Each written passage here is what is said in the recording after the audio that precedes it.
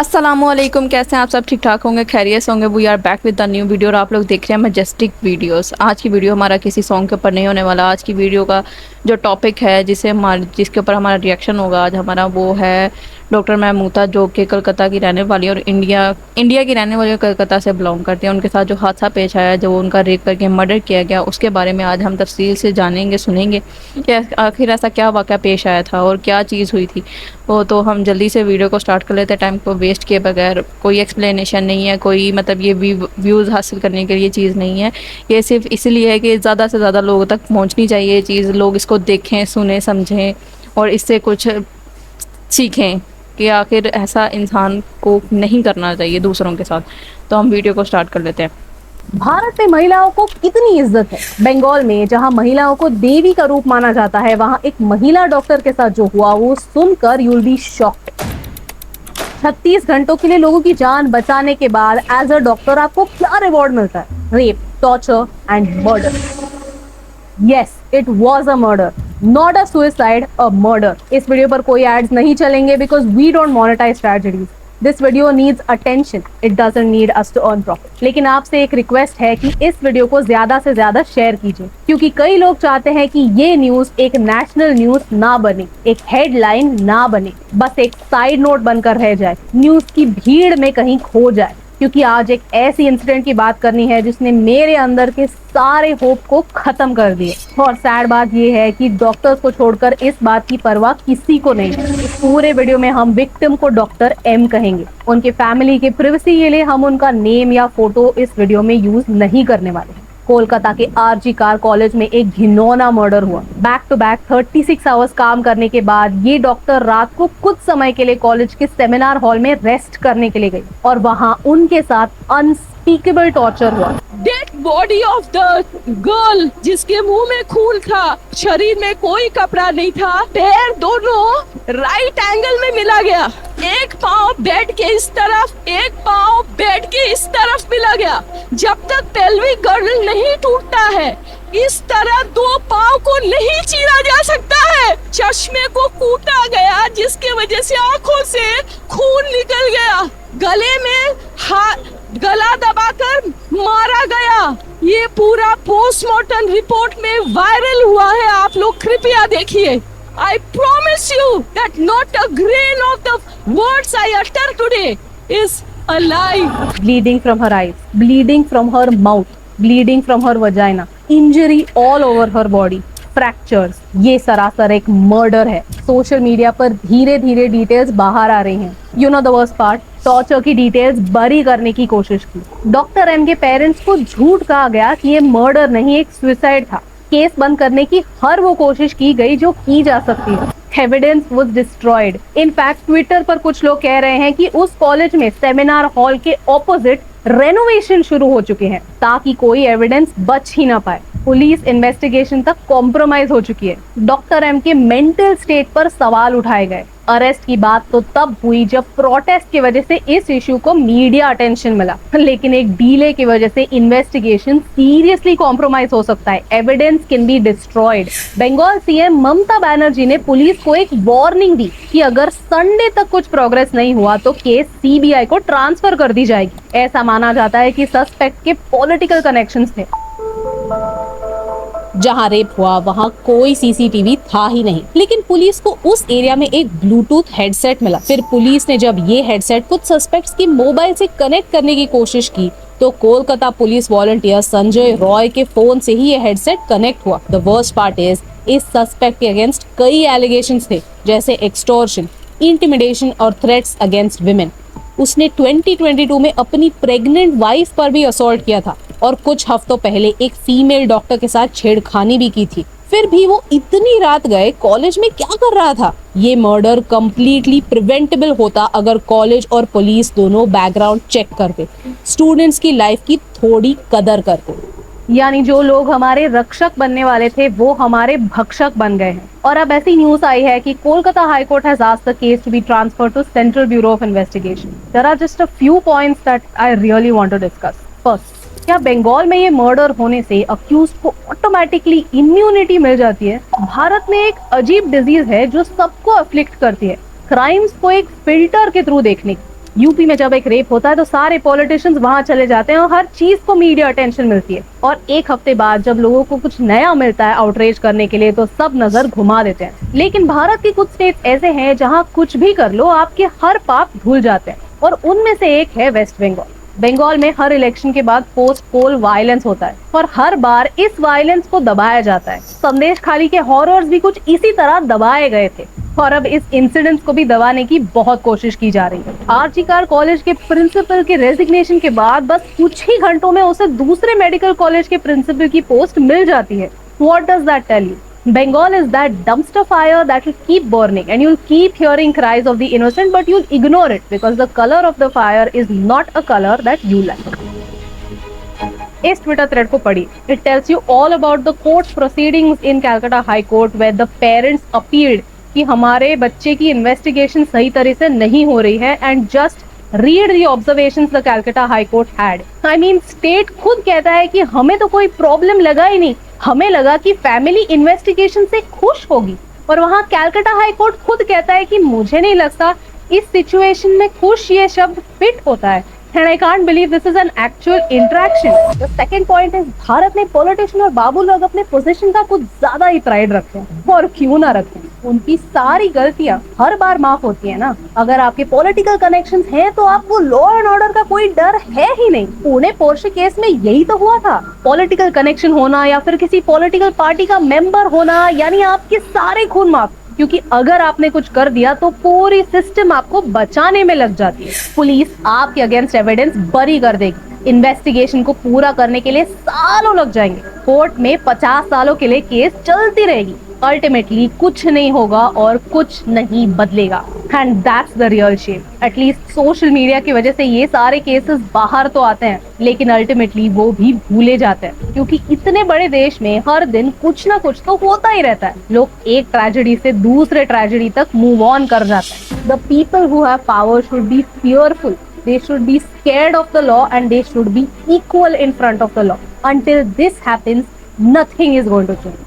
To all the politicians, to all the babus, and to everybody who has so much of pride because of their position, we know you all are frauds. We know that you are the reason behind our problems. Take your fake pride and literally stuff it somewhere, because we know that you don't deserve anything, because you are the reason why this society is so backward. Why? Because of corruption, we are so behind our peers and behind even smaller nations, and because of people like you, this society is trapped in one of the worst messes ever. You deserve nothing. If you use your political connections and your fake pride to just create this aura around you, you deserve nothing and we know it. और इसका एक example मैं आपको देती हूँ कि आज अगर आप किसी भी डॉक्टर या फिर किसी नर्स से बात करेंगे कि एक्चुअल हॉस्पिटल्स में वर्किंग कंडीशंस क्या होती हैं, तो आप समझ पाएंगे कि उनका दुख क्या है, उनके दर्द क्या है, and in spite of all of that वो आके लोगों को ट्रीट करते हैं। जरा पढ़िए कि हॉस्पिटल में फैसिलिटीज नहीं होते,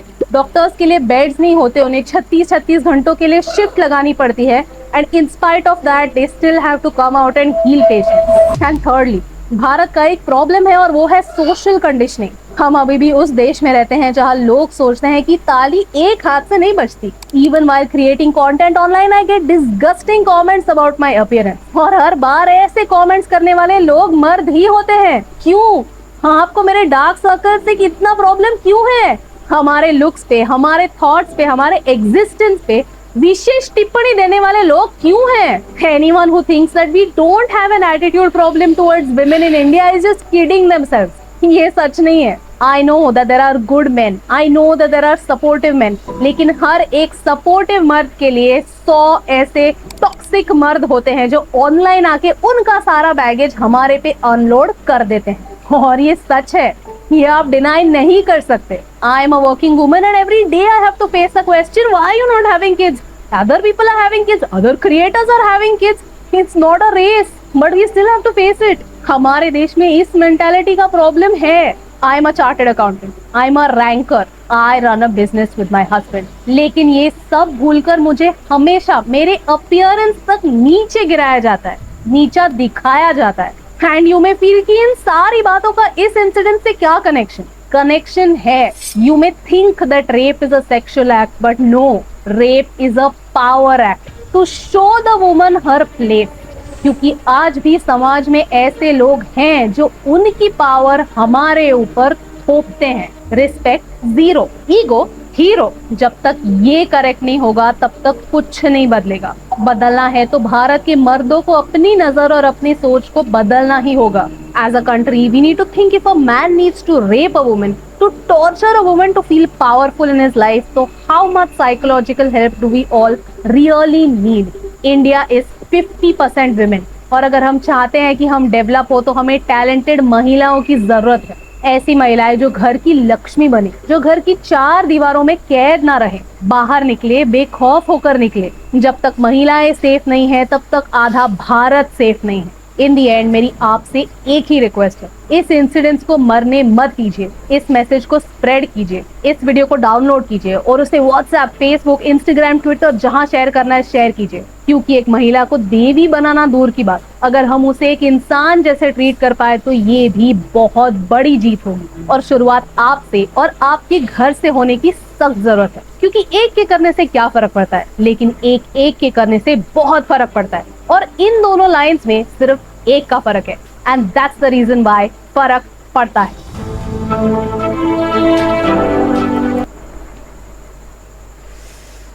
ये हमारा मुल्क है, जहाँ पे हम रहते हैं, एक इंसान जो औरत के पेट से निकलकर औरत को ही नोच खाने को दौड़ा है। मतलब औरत की इस ज़माने में कोई इज़्ज़त है ही नहीं। एक बाप, एक बेटा, एक भाई अपनी घर की बेटियां, माँ बहन को इज्जत से देखता है, दूसरों की बेटियों को नोच खाने को दौड़ता है। अपनी माँ बहन अपनी है, दूसरों की माँ बहन वो गैरों की होती है, अपनी तो लगती ही नहीं। वो इसलिए क्योंकि वो अपनी तो होती ही नहीं है, दूसरों की होती है। उनके साथ जैसा मर्जी सलूक करो। जिनके माँ बाप के ऊपर ये फेस गुजरती है, जिनके माँ बाप ये सब कुछ फेस करते हैं, उनके बारे में कभी आप लोगों ने सोचा है? हम लड़कियां, अगर ये धन बात, ये सब कुछ, ये शहर, इन सब से कोई लेना देना नहीं है। बात ये है कि वो एक औरत थी, वो एक लड़की थी जिसके साथ ये सब कुछ किया गया है। उसके जो केस हुआ है उसको इतना सीरियसली नहीं लिया जा रहा है, सब कुछ केस दबाने की कोशिश की जा रही है। क्यों? क्योंकि वो आप लोगों का उनसे कोई लेना देना तो है नहीं। जिनका लेना देना है वही कोशिश करेंगे, हम लोग क्यों करेंगे? हमारा तो उनसे कोई लेना देना नहीं है। हम लोग ये एक चीज़ छोड़ के हम दूसरे के ऊपर फोकस करना शुरू करते हैं, क्योंकि इस मुल्क में बहुत से ऐसे केसेस हैं जो एक ना एक दिन, हर दिन, रोज़ ना रोज़ कोई ना कोई चीज़ सामने आती रहती है। एक केस खुलता है, अगले दिन दूसरा होता है, हम इसको छोड़ के अगले के ऊपर फोकस करना शुरू हो जाते हैं। क्यों? जिनके साथ केस हुआ है वो तो ये चीज़ कभी भी नहीं भूलते, तो हम लोग कैसे भूल जाते हैं? आप लोग ये क्यों नहीं सोचते कि एक जिसके साथ हुआ है वो किसी की बेटी है, और जिनके साथ हमारे साथ हो सकता है, आपके साथ हो सकता है, किसी और के साथ हो सकता है, फिर हम कैसे खामोश रहेंगे? फिर हमें एहसास होगा कि हमने जिस चीज़ पे फोकस नहीं किया था, आज हमारे साथ भी वही कुछ हो रहा है। जो चीज़ हम दूसरों के लिए सोचते हैं वो हमें भी फेस करना पड़ सकता है कभी ना कभी। दूसरों को अपनी जगह पे रख के हमेशा सोचना चाहिए कि उनके ऊपर कैसी गुजरी होगी जब हम ये सब कुछ फेस करेंगे। ऐसा अल्लाह ना करे किसी के साथ भी हो, किसी की माँ बेटी के साथ ऐसा हो। लेकिन ये कैसा ज़माना आ गया है, जहालत का दौर आ गया है कि ये मतलब एक लड़की अगर कोई बाहर निकल रही है तो आप लोग अपनी नज़रें साफ़ करो, उसको अपनी बहन कितना देखो, सब समझो। आगे से ये उस पर इल्ज़ाम डालना शुरू हो जाते हैं कि उसने ऐसे कपड़े पहने थे, वो लोगों के सामने आ रही थी, डेकोरेशन पीस हो रहा था, ठीक है, उसने दुपट्टा नहीं लिया था, उसने स्कर्ट्स पहनी थी, जैसा भी दूसरे माहौल में होता है। लेकिन ये सब करने का फ़ायदा क्या? आप लोग उनको अच्छी नज़र से क्यों नहीं देख सकते? आप लोग उनके सिर्फ कपड़े देख सकते हैं कि उन्होंने कपड़े पहने हैं तो इज़्ज़त दी जाएगी, अगर बुर्खा पहना है तो इज़्ज़त दी जाएगी, ठीक है, अगर सही तरीके से चलेगी तो इज़्ज़त दी जाएगी। वो एक लड़की है, एक औरत है, ठीक है। तो ये सब आप लोगों के ज़हन में क्यों नहीं आता?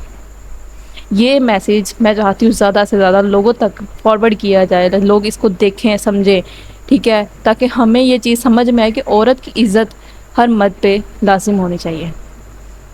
औरत मर्द तो बन नहीं सकती, लेकिन अगर वो अपने लिए कुछ स्टैंड कर रही हैं, अपने लिए कुछ बनना चाह रही हैं, इस माशरे में रहने के लिए, समझने के लिए, अगर वो अपने लिए कुछ कर रही हैं, अपनी फैमिली के कुछ कर रही हैं, तो ये दुनिया क्यों नहीं जीने देती? फिर क्यों उस इंसान के पीछे, मतलब औरत को औरत क्यों नहीं समझा जाता कि मतलब एक इंसान, अल्लाह ताला ने औरत को, मर्द को औरत का मुहाफ़िज़ बना के भेजा है।